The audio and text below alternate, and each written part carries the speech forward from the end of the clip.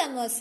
ഇറച്ചി എല്ലില്ലാതെ നുറുക്കിയത് 250 ഗ്രാം, മൈദ 500 ഗ്രാം, ഉരുളക്കിഴങ്ങ് 1, തക്കാളി 1, സവാള 2, മല്ലിപ്പൊടി 1 ടീസ്പൂൺ, മുളക് പൊടി 1 ടീസ്പൂൺ, മഞ്ഞൾപ്പൊടി 1/4 ടീസ്പൂൺ, മീറ്റ് മസാല 1/2 ടീസ്പൂൺ, പച്ചമുളക് അരിഞ്ഞത് 2, ഇഞ്ചി അരിഞ്ഞത് 1 കഷ്ണം, കറിവേപ്പില കടുക് പാകത്തിന്, എണ്ണ 500 മില്ലി, ഉപ്പ് പാകത്തിന്, കുരുമുളക് പൊടി 1/2 ടീസ്പൂൺ.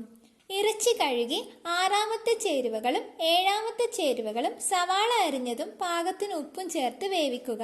പകുതി വേവാകുമ്പോൾ ഉരുളക്കിഴങ്ങും തക്കാളിയും ചേർത്ത് വേവിച്ച് വറ്റിച്ചു വാങ്ങുക.